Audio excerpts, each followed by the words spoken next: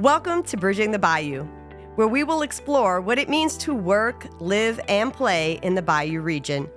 Join us as we take a deeper dive into the people and experiences that make our region such a special place to live and work. On each podcast, we will talk to individuals who are making our region grow and go, who are making strides in uplifting our community. This year, Fletcher Technical Community College is celebrating its 75th anniversary, 75 years of changing lives. This is a podcast of Fletcher Technical Community College.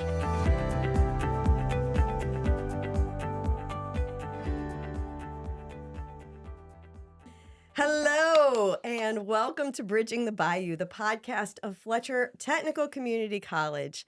I am your hostess, Kristine Strickland. I'm Chancellor here at Fletcher Technical Community College. We are joined by none other than Mark Danos, CEO of the Danos Family Office. And thank you so much for joining us here on the podcast today. Thank you for having me. Excited to be here. And look, for our audience members, we are super excited because we are beginning our 75th anniversary year here at Fletcher. Hard to believe we have been changing lives for 75 years in this community. And so very special to welcome you to this podcast. Going to talk a lot about the college, the history of the college a little bit maybe, and a little bit about your relationship with the college over the past number of years in celebration of all the things that we're doing here at Fletcher. So thanks again for joining me. Thanks for having me. Absolutely. Well, look, we are going to stick tried and true to our favorite 5 questions, 5 minutes, get to know you a little bit better. So if you are ready, I will kick it off with the first question. I'm ready. Can't wait to see what these questions are going to reveal. All right, let's do it. I don't think they're too bad. We'll see. What is something that people would be surprised to learn about you outside of what they know about you from work? I'm a father of 5 young kids, 5 within 3 years old. There's a 3-year age gap between the 5 kids. Wow. I wouldn't recommend that. So we have twins, we have 2 adopted, and I love spending time with the kids. Love the outdoors. Outdoor activities were put on hold when the kids were younger, and now that they're getting of age, the kids love going duck hunting and deer hunting and fishing with dad. So maybe some people know that, but that's something that I enjoy doing with the kids. That's fantastic. Wonderful. Before working in the family company, right, Danos, what job or experience really shaped who you are today? I would say that's a good question. Lots of different things. I think who we are is shaped by experiences and life experiences. So when you say what job, I'm thinking of many jobs and many things. But probably the most instrumental or most significant would be after school, I studied engineering. And like a lot of people, maybe some in different parts of the world, they think, well, I'm going to take a gap year. I'm going to do something different here. Most people, you finish school, you hurry up and go to work. I had the privilege and the wonderful opportunity to go and spend a year with a nomadic tribe in northern Kenya. Maybe that's something that most people wouldn't know about me. I should have used that. Huh. So I lived with a nomadic shepherding tribe for a year. And I'm a guy from South Louisiana, dropped off in the middle of the desert, 120 plus degree temperature, had nothing in common with the folks that I lived with, had no awareness of the surroundings, language, culture, any of those sort of things. So it really opened my eyes and shaped my perspective of who I was, of the world around me, how to engage with people. They looked so very different on the outside, but like something we talked about a minute before the podcast, when you peel back the layers of who the people were and how they lived and basic needs, we're all very similar. So it really shaped the way that I approach business, life, family, everything from then on. Excellent. And I'd like to spend a little more time talking about that here as we get a little further in the podcast, because I think that that's just a really fascinating experience that you had. I'd love to dive into that. Sure. All right. Favorite book? Could read it over and over and over again. I would say the Bible. Okay. I'm trying to think of other books that I read. I love to read. I'm a reader. So Okay. I have on my nightstand, I always have 5 or 6 books. Is there one you're reading right now? I'm reading about Bitcoin and learning about, Okay. I can't remember the name, the layers of money. So I'm getting educated. Bitcoin is a big thing that's going on, as many people listening to this know. I'm trying to get educated and understand about that. The Bible is something that I read every day, so that shapes who I am and the way that I make decisions and the way that I live. But I love to read. And as I said, I have 5 or 6 different books that are different degrees of working through on my nightstand always at night. Excellent. All right. you have the ability to wave a magic wand and create the perfect day. What does that look like for you? I would wake up early in the morning. It would be about 50 to 60 degrees. The sun would be shining, so cool and crisp, low Yeah. humidity. I'd have an opportunity to spend some time outdoors, walking in the woods, maybe catching a fish, maybe enjoying some solitude, enjoying opportunity to engage with my wife and my kids, having a good meal, but just really outdoor activities, anything in the outdoors, enjoying the beauty around us, away from the hustle and bustle of what typically happens in the world around us. Awesome. Where do you go outdoors to get outdoors here We have in a our place community? in Mississippi that I Okay. love to go, but I have a place in Dularge that my family just purchased right before Christmas. So we're enjoying exploring that. It's swamp and marsh and cypress trees, and that's a place that I'm really, really enjoying figuring out because it's very Louisiana, feels very much Mhm. like here, and the squirrels and the rabbits and the turtles and the ducks and the deer and all of those sort of things as I'm getting to know the things around the area that I really love and enjoy doing. Excellent. All right, last of the 5 and 5. When we are taping this, we're just kind of coming out of the holiday season. Favorite holiday memory? Probably as a child, just waking up, my parents wouldn't let us. It was a two-story home, and so we're Mhm. on the second story. They would close the gate so that wouldn't come downstairs. And I can remember I had three siblings, and the four of us just sitting, peering over the second story, waiting because we knew something was going on. Mom and dad Right. were up downstairs. We could see the lights. We could hear the hustle and bustle. We wanted to see what Santa Claus left Yeah. us, and we couldn't wait to bolt and come down the stairs Oh. so we could see what was sitting under the tree. So it's just that thought. And then every Christmas, as we're coming down the stairs, my mom would make us stop and take a picture. And that was the most torturous picture in the world because we wanted to be anywhere but Yeah. sitting on a staircase waiting for a picture because we wanted to peer around the corner and see what was happening. But fun memories with my three siblings, the four of us, just waiting anxiously to come downstairs to see what was waiting for us Oh, under the tree. that is a great memory. That is such a great memory. Wonderful. Are you doing the same thing to your children? Are you making them pause for a photo before? We try, but it doesn't No, work. it doesn't work. We have one that's an early riser, and they're ready to go, raring to go. So Christmas morning is, I said it a minute ago, we have Yeah. five kids, common age, very Yeah. close. So Christmas, there's lots of excitement around our house with paper flying and toys and fun and snacks and candy and laughter and all the things that come with young kids and the excitement of Christmas and what that brings. Oh, fantastic. And look, as someone who has older children now, those are really precious memories. Goes Hmm. goes very quickly. That's what I Goes hear. by. Yep. We're in the thick of it. That's it. Well, look, let's go ahead and talk a little bit about sort of the partnership and your company and I think maybe we should start with there may be some folks out in the audience who aren't familiar with Danos. I would be surprised, especially if they're from the region. But can you tell us a little bit about the company? What do you all do? What industry are you in, and what does daily life over there look like?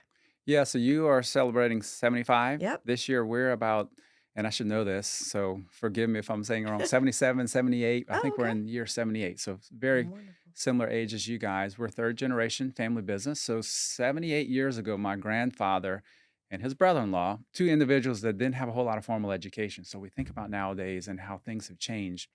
But one was an entrepreneur at heart, was my grandfather.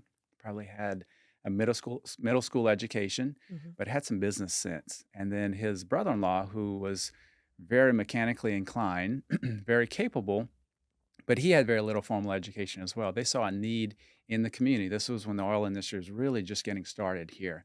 And so the two of them came together and said, instead of going and work for an oil company, they saw an opportunity where they could go and support the oil company, but really create an avenue and an outlet to create jobs for family members. So really, in the very early days, started as a family business. The wives ran the books, they ran the boats.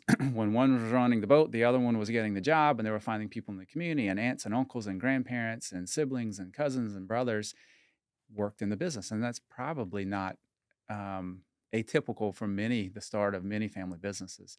So when you think 78 years later, we are the third generation family Hmm. members are running and operating and owning the business. My two brothers and I, and we have about 3,500 employees today, and we Wow.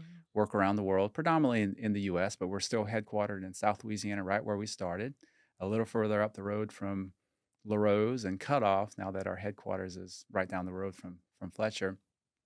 But we would say we're an energy service company, Mm-hmm. and we provide labor to operate, to maintain, to manage oil facilities and energy facilities around the country and wherever our customers go. So today we're working in Israel. We have a big operation in Israel. We're working on expanding in South America, the northern part of South America. And just as opportunities come, we send people where our customers need. But we are providing solutions to our customers as they're operating these facilities. And to be clear, what that means is we can operate and maintain facilities, but we also can build and repair and fix. So we have a construction side of what we do, and then the maintenance side, really operating the facilities. Oh, okay. I don't know that I knew that. Huh. Very interesting. So I know one of the things that I've heard the family talk about is Hmm. that you're very deeply grounded in sort of your mission statement, um, and and sort of the principles of that were the company was founded on. Could you share that with us and talk a little bit about why that's so meaningful to you all? Yeah, that's a good question. And I would go back to the question that I answered a minute ago. Hmm. You think about in the early days, who are we as a company? We've spent a lot of time talking about history and where we come from as a company. And what's interesting to me, even today, as a third generation family member, we talk how important it is to remember where we've come from.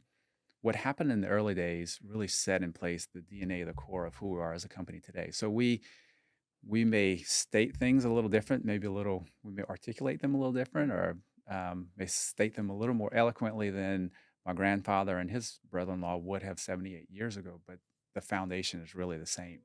And our purpose today, what we would say is honor God, develop great people to solve big challenges for our customers and communities. That may be a mouthful, but when you begin to unpack that in the early days and what was important, it was family, it was treating people right, it was operating with integrity, it was solving challenges really for the community. How can we employ people? We had this new oil industry. So we think about how we say it today, and what we call it today is really goes back to the early days. So as we engage in the community, what I just mentioned, our purpose Hmm. statement, you said a mission statement, our purpose statement, it's not just words that are on a website or words on a business card. We start all of our engagements with our customers with it. We share that with our employees. We want people to know this is why we do what we do, and it drives the industries that we're in, the way we approach our customers, how we treat our employees, and it's really foundational to all that we do. And it resounds for some people. Maybe it's less so. Maybe it's just a job but for others, when they see that we're gonna do things right, honor God, Hmm. we're gonna develop people. That's what you guys do, right? You're Yeah. developing Yeah. people in this community. What a incredible thing that you're doing, creating and giving people skills to go and do something greater. We take that personal at Danos because we want to continue to provide opportunities to develop people. We want to solve challenges for our customers. We do that every day. If we Hmm. can't do that, then we cease to provide something that's viable and tangible for our customers. And then we, at the end of and the last word is solving challenges for our communities. And that's really big and core to what we do is how can we invest in the community and give back as we continue to grow and have had some success. We want to make sure that we're grounded and investing in the community where our employees live and work. Excellent. Yeah. And I want to talk a little bit more about that, but I'm just curious. Um, you guys have had some pretty exponential growth as of late. I think in the past, I know in the past decade since I've been here at Fletcher, how do you, as you bring on new locations and new employees and you grow your business, how do you instill that purpose in people who didn't come up through the company or maybe are in a different state or a different country? Like, how do you go about? Is there some magic to it? I wish there was. Okay. I wish it was so easy, I but need to know for myself here. I wouldn't say there's magic to it, but it takes a lot of work, and it's something that we're aware of. We are a very high touch company. We're a Okay. people company. I said it a minute ago. We're a service company, so we employ people.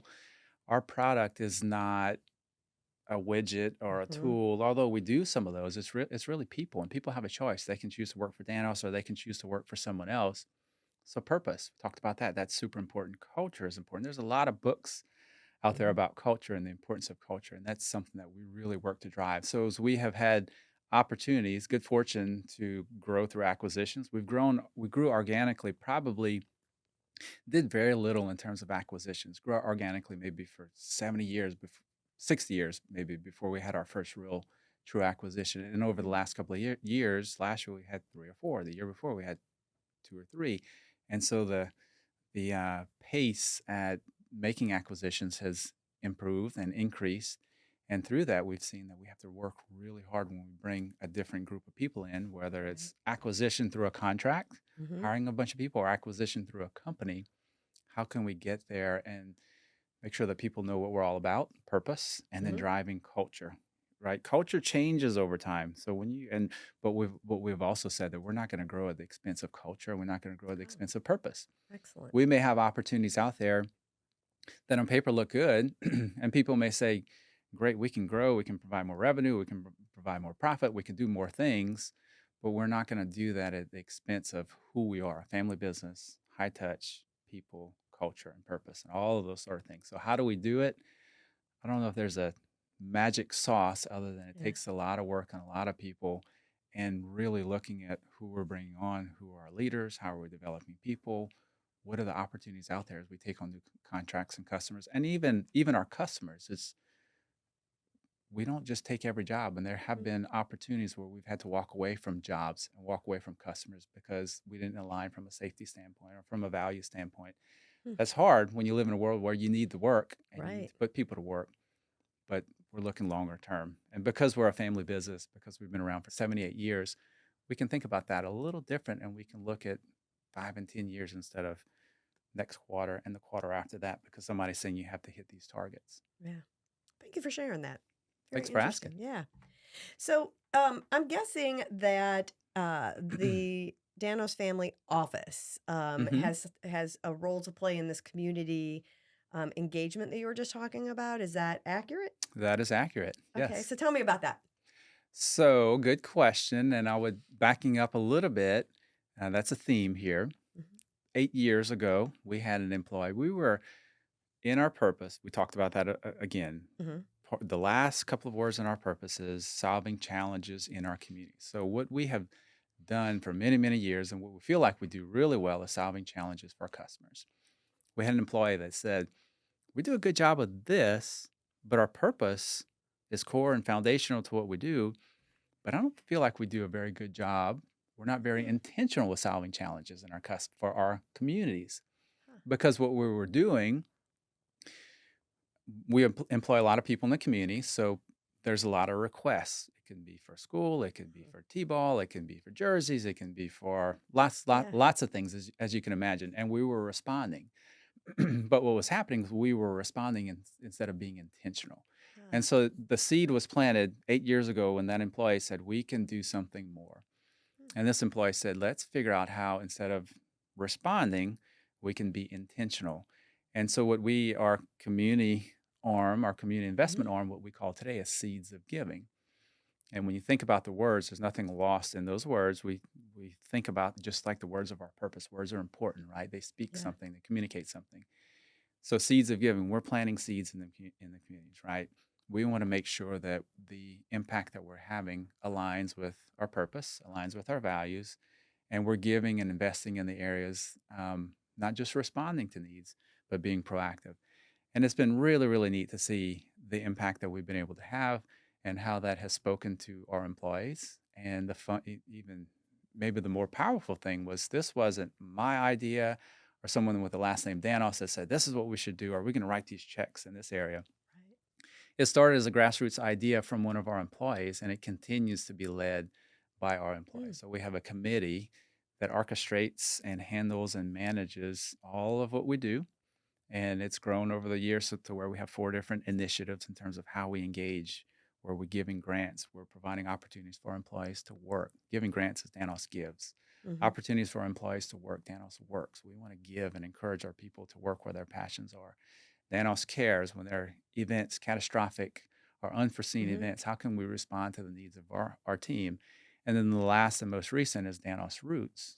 again, another Hmm. word. How can we plant roots? So we want to invest in in building strong families in the lives of our employees. So some of it is outward in the communities where we live and work, but we also realize 3,500 employees plus a spouse plus a couple of kids. We Yeah. have a pretty big community population within Danos, and if we can invest in equipping them, investing in the kids, investing in the families, investing in the marriages, we can begin to make life transformation and have an impact there. And then they, in turn, go and have an impact in the communities. That's awesome. And I want to take off about the word roots, Hmm. right? I'm sure that there were times in your history, right, where there was maybe a decision to be made about whether or not to stay in South Louisiana, or was there a pull to go to Houston or New Orleans? And so why the deep roots here? What makes you all stay in this region? Yeah, that's a good question. When we built our current headquarters, which is very close to the office where we sit Mhm. today, we did a survey and we looked from the Texas coast all the way to Mobile. Hmm. What is the best and optimal location for us to put a headquarters? And we evaluated. And it was a good exercise because sometimes you have to go through that exercise to see what's important. And we Yeah. realized at the core, who are we as a company? What is our identity? What is our culture? Uh, Again, I said a minute ago, I keep Yeah. referencing back to Yeah. that. We're not going to grow at the expense of who we are. We're not going to lose our identity. We're not going to lose our culture. We're not going to lose our purpose. We're a South Louisiana family business. Mhm. We may have operations elsewhere. We're going to have offices elsewhere. We're going to hire people. We want to hire the best and the brightest. But this is where we are. We feel like many of the best and brightest are right here in our backyard. And when you think historically of the oil industry, people from South Louisiana ended up all over the world to usher in the oil industry as we know it today. So there's a strong culture, there's a strong work ethic, there's a strong sense of community and family here that translates well in the industry that we work in, the industry that we support, really in supporting our customers. So to answer that question, we started in the garage of um, my grandfather and his brother-in-law, and they did the books Mm. in the kitchen table and did the work in the garage, and that's how it started. And even today, we still are headquartered here in Homa, and will continue to be here, even though we employ people and send people around the world, around the country. This is where we are because this is our roots, this is our culture, and we feel like we can do what we need to do, hire the best and brightest, and continue to engage in the world right here from Mhm. this area. You made me think when you were talking about that. I had a former boss, and I thought one of the wisest piece of advice that they ever gave me was around when you conduct a job search. Hmm. And this was earlier in my career, and I was, looking at all of these different options. And they said to me, Kristine, every time you go through an exercise like that, and it sounds like the one you went through when you were looking at where to put the headquarters, they said it is an exercise in values clarification. Hmm. It's an opportunity for you to get very clear about who you are, how you want to live your life, where you want to work, right? How do you want to express your values, your morals, just all the things that make up who you are. And it sounds like through that exercise of looking at all of these different options that were out there, you were able to come back to that really cornerstone thing that you all hold to as this is our purpose and this is who we want to be and Hmm. how we want to work, how we want to live, all of the things. Absolutely. And Yeah. we feel like we have something really special here in South Louisiana, and we want to hold on to it, and it's a part of who we are. That doesn't mean that we're not going to change and we're not going to Yeah. shift and we're not going to adapt. But this is where we are because this is the culture. This is where we started. We're going to continue to grow, like any business, Mhm. like any school at Yeah. Fletcher. To improve, we have to change. The world changed. COVID changed things. The industry is changing. Government changes. Laws change. All of these things change. How do you respond to them? Well, we've done it for 78 years here, and we feel like we intend to continue to be a family business for many, many generations yet. That's what we say, that's what we're working Mhm. towards, and we can do that here. I know that community service is really deeply ingrained in who you are as a person, and I had the honor and the privilege to work with you as on our foundation and as our foundation board chair here at Fletcher. So you are a part of the 75 years of history of this Hmm. institution. Why was it important for you to be a part of the Fletcher story? what Fletcher does is immensely important to our community and immensely important to our company as well. So why was it important? That's a no-brainer. What you guys do in terms of workforce development, in terms of Mhm. creating opportunities for people, we are we work really hard at developing people, and we want to work, and we have been the beneficiaries of the way that you guys have developed people and provided skills. And just as we talked about us changing through the years, you've done a good job of listening. Mhm. How can you make sure that the services that you provide are viable and important to the community? You guys have done a good job responding as the world has changed. It has changed. It's always exciting, inspiring to hear the different things that Yeah. you all are doing. There's always something interesting here. But that supports us. And Mhm. why was it important for me to participate? Just for that very reason. You guys are a cornerstone here in our community, engaging and investing in people, and we want to support what you do. And I want to be a part of that. And we have been the beneficiaries of that as a result.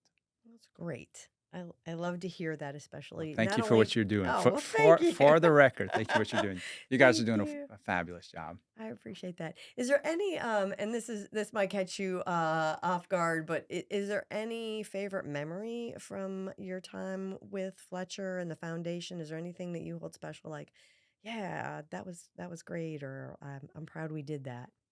I would say just the opportunity to engage with the people, to engage with you, Dr. Strickland, and Oh, to that's engage with the other board members and your faculty. But I think oftentimes when we work, we get we work with the people that we work with, and who do we go with? We Many people spend as much time at work as they do at home. that's So right. you really get to know the people that you work with. You spend a lot of time with them, and how much time do we have to engage with other professionals, not only in our industry but out of our industry? And by Mhm. my engagement on the board, I had a wonderful opportunity not only to engage but to get to know people and create some friendships and some Mhm. relationships with people in our community that were not in my industry but were in my community that maybe I wouldn't have crossed paths, or maybe I wouldn't have crossed paths with as frequently. Yeah. So that's special because of the people, the engagements, and the relationships and the opportunity to spend some time with you and your team. Oh, that's very kind. Thank you. And it really was a joy to be able to work with you on the foundation and to get to know you better. Yeah, so that's a highlight for me Well, of thank my you. time here.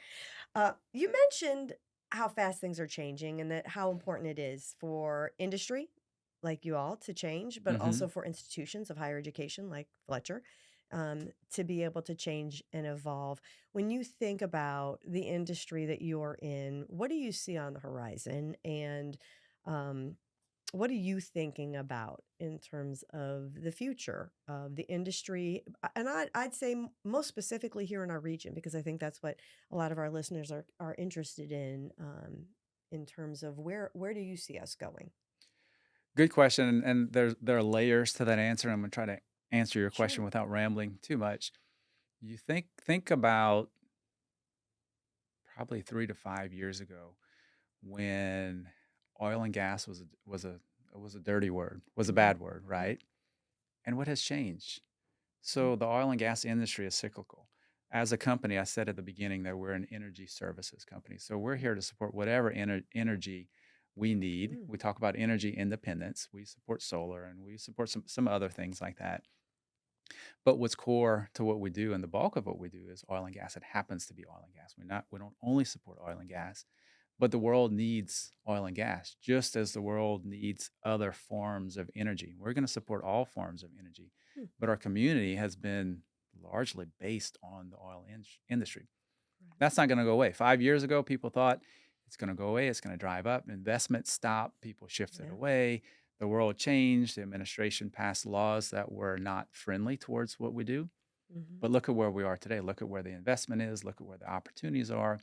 So what I see from a company standpoint, we're going to continue doing what we've always done, supporting in the industry that we have supported for many years. We looked at it a couple of years ago and we said we're going to make a big push towards other forms of energy, which we did. Hmm. But then we realized we don't need to make a big pivot. Let's just double down on what we're doing. And you asked a minute ago about growth. We've had some significant growth because there were some opportunities when other people were turning away. There was a need for those that were willing to stay and willing to continue to invest. And we found some of those and are continuing to find some of those opportunities that are allowing us to grow. the layers to that, so that would be one is the industry that we support, the oil and gas industry, which is core to our community, will continue to be here. Technology is changing things. We hear about Yeah. AI and how that is going to change things and who is that going to impact in employment. That's huge. That's something that we all need to pay attention to. The way that we engage, the sort of skills that you're providing the community, you want to make sure that you're providing skills that are transferable and not skills that were Yeah. applicable yesterday but no Right. longer tomorrow. So I know Yeah. that's My old typewriter skills are out the door. yep. So no more old typewriters. Now you just speak into ChatGPT and it can Exactly. do it all for you. So technology is a big thing. How to clean Yeah. up, clean emissions. There's lots there, but we're going to continue doing what we're doing, supporting the industry. But as things change, you hear the adage skating to where the puck's going, Yeah. not following the puck, right? Yep. And if we want to be, we're not inventing and creating technology, but we want to be a fast follower and we want to be ahead of where the changes are. So we're not trying to go wholesale in another direction, but continue supporting the community and the industry that we have supported, but changing as it changes. Yeah. And so it sounds like you're pretty bullish or positive Hmm. about the future of this region and what we can do in terms of providing energy, not just for the region, but for our state and for our nation and actually for the world. Absolutely. Wonderful. Well, I know we're getting close on time. I want to circle back to what you mentioned earlier, your experience with the nomadic tribe. And look, just because I'm curious, how does one go about finding yourself in? Was it?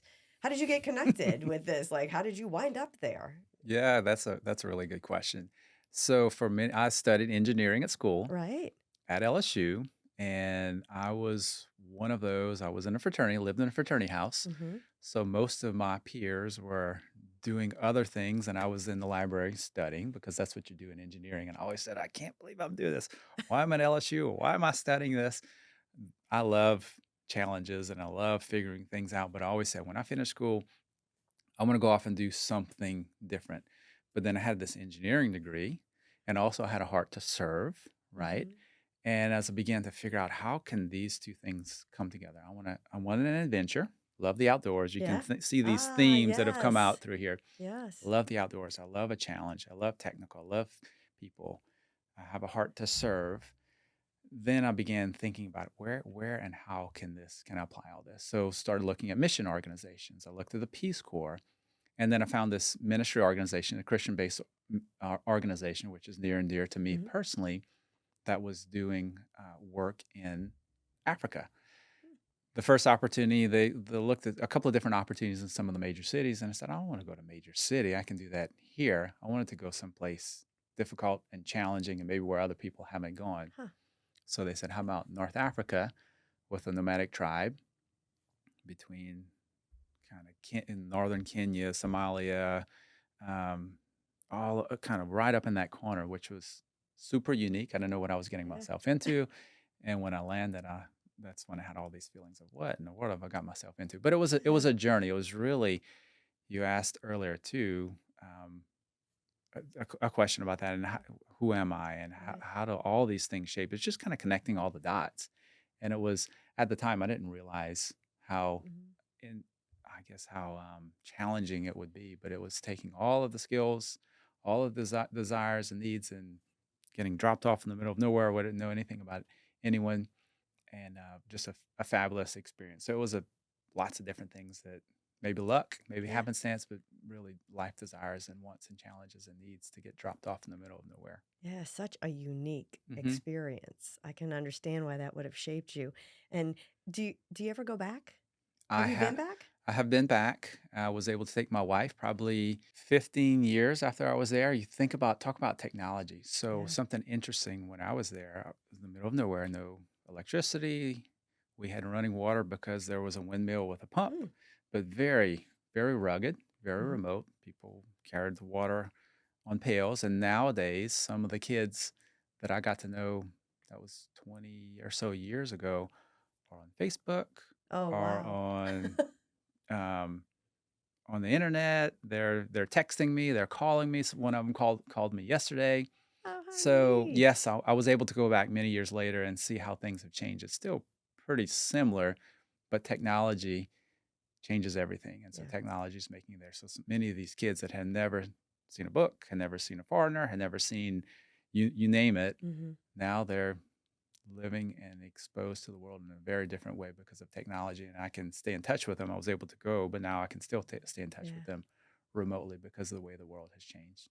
How wonderful that you've been able to maintain those relationships. Yeah. I'm And I sure hope that's a and I hope blessing. to go back again. So I went Yeah. back once, and I hope to go back and take my kids one day so they can see where I spent some time. And I think it's important grounding for Mhm. anyone to go and Absolutely. see people that live different, Yep. have less than what we have, but are no less satisfied, happy in many ways, probably more satisfied and more content Yeah. with a lot less. With life. Yeah.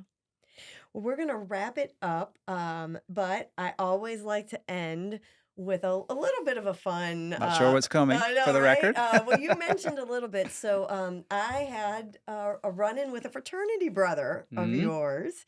And I said, "Ooh, do you have any good stories?" And they said, "Well, he studied a lot." So you did mention that. But I was wondering if you knew how jealous they were of you. They said he was the smartest guy. He had a 4.0.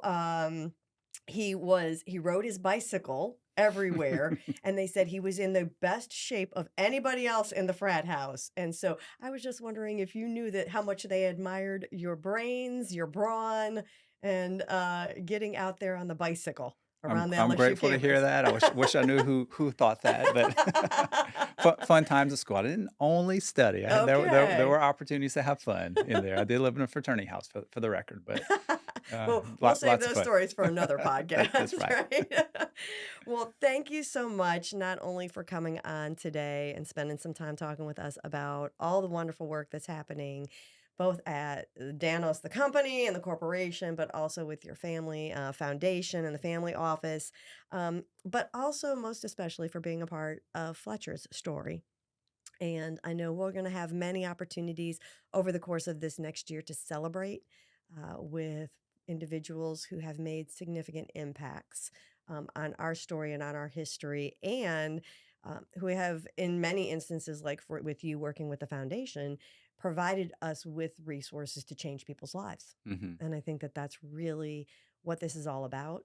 It's making a bigger and broader impact in our community. So thank you for everything you've done, and again, for being a part of the story.